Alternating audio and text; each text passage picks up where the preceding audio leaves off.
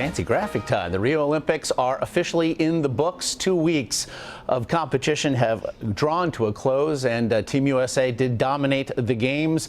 As the medal counts will tell you, a total of 121 medals earned, the most the U.S. Has taken in an Olympics that was not boycotted.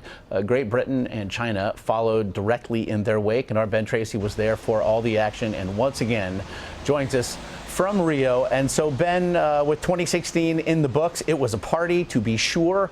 Last night, the highlights from the weekend then included not just the closing ceremonies, but also a big win for USA basketball that finally looked like the team they expected to be, and arguably, at least for the home folks, a bigger win on the soccer pitch.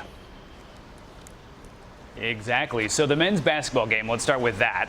You know, they had a couple squeakers during the Olympics here that no one saw coming, and last night they really did play like what you would expect. They just dominated that game. But let's also give a shout out to the U.S. women. They won the gold medal in basketball as well. That's their 6th straight gold. So they have a 20-year winning streak going on right now, which is pretty awesome. But you did mention soccer, and here in Rio this past weekend, that was the game to end all games. It didn't matter where you were in this town. You could tell when they were winning or losing based on the reaction you could hear from the street. So the Brazilians took on Germany. They won the gold medal. And this was not just about the Olympics for them. This was really about regaining national pride after being beaten by the Germans in the 2014 World Cup. Then last night we saw the closing ceremony. Pretty cool show that Rio put on despite some pouring rain and really high winds. My favorite moment, though, was when they did the kind of ceremonial handoff to Japan, because the next Olympics will take place in Tokyo.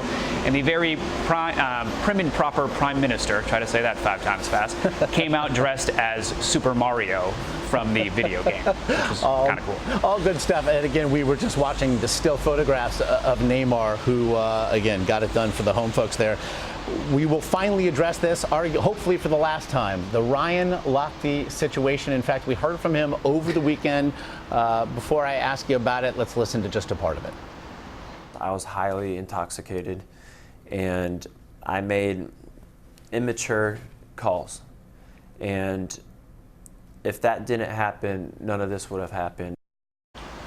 So the question of the hour, perhaps, Ben, what actions, if any, might Olympic officials take regarding the 4 swimmers? What can you tell us?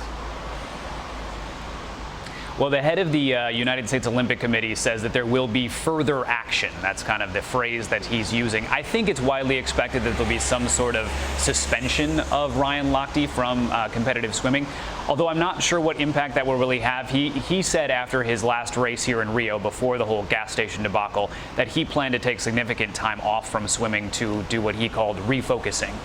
He said he was kind of burnt out on swimming.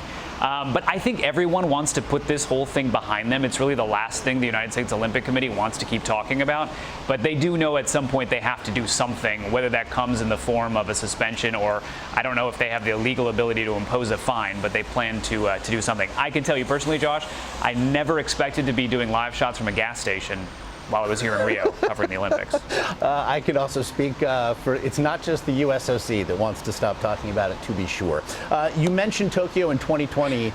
In fact, the next 3 Olympic Games, South Korea, Tokyo, and then Beijing in 2022. The next 3 will take place on the Asian continent. As we then look ahead to 2024 in the Summer Games, the next one that is still yet to be committed to, what's the talk there about the short list? Well, it's interesting, you know, these cities that are bidding for it, and they include Paris, Rome, Budapest, and Los Angeles. They were all here. They're all here trying to woo these International Olympic Committee folks and try to put on a good show and say we'd be the best host. I think right now the odds are on Paris. It would be the 100th anniversary of the last time they hosted the Summer Games.